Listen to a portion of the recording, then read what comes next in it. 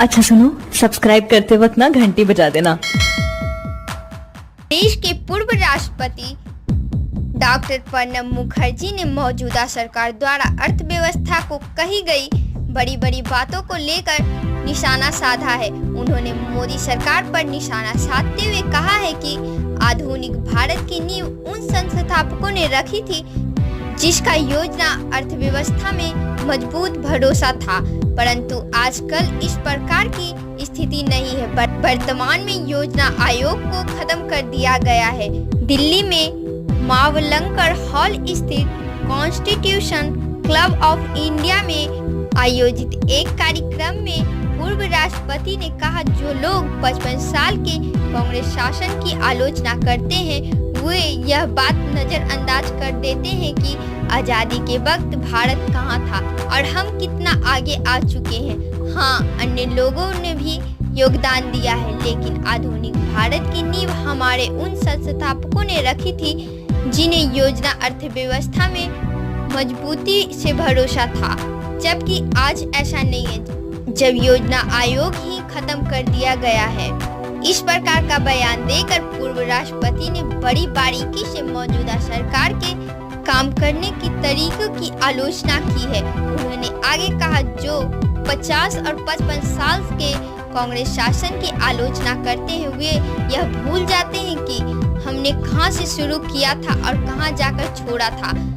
अगर भारत की अर्थव्यवस्था को 50 अरब अमेरिकी डॉलर तक ले जाना है तो हमने 18 खरब डॉलर की मजबूत नींव छोड़ी थी, जो लगभग शून्य से शुरू हुई थी। उन्होंने कहा है कि भारत की भविष्य में 50 अरब अमेरिकी डॉलर की अर्थव्यवस्था बना पाने की नींव पिछले सरकारों द्वारा रखी गई थी, जिनमें जवाहरलाल नेहरू, डॉक्टर मनमोहन सिंह और पी.वी. नरसिम्हा राव की भी सरकार शामिल थी।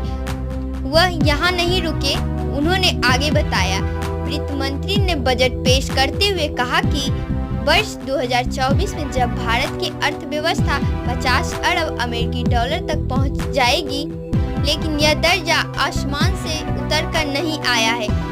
इसके लिए मजबूत नींव मौजूद है और उस नींव को अंग्रेजों ने नहीं, आजादी के बाद हिंदुओं ने ही बनाया था। प्रणब मुखर्जी ने आगे कहा, भारत ने तेजी से तरक्की की है क्योंकि जवाहरलाल नेहरू तथा अन्य ने IIT, ISRO, IIM banking network की आदि की संस्थापना की है।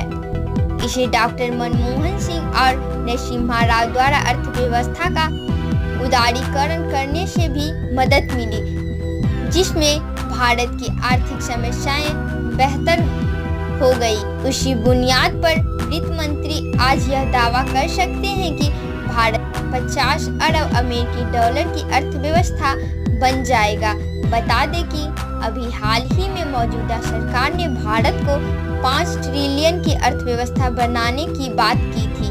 वहीं दूसरी और वर्तमान बीजेपी सरकार बात बात पर कांग्रेस द्वारा देश को लूटने की बात करती है, लेकिन शायद वह यह भूल गई है कि 2014 से पहले एनडीए की सरकार आने से पूर्व भारतीय अर्थव्यवस्था में जो भी वृद्धि हुई थी उसमें 90% विपक्षी पार्टी का भी योगदान था।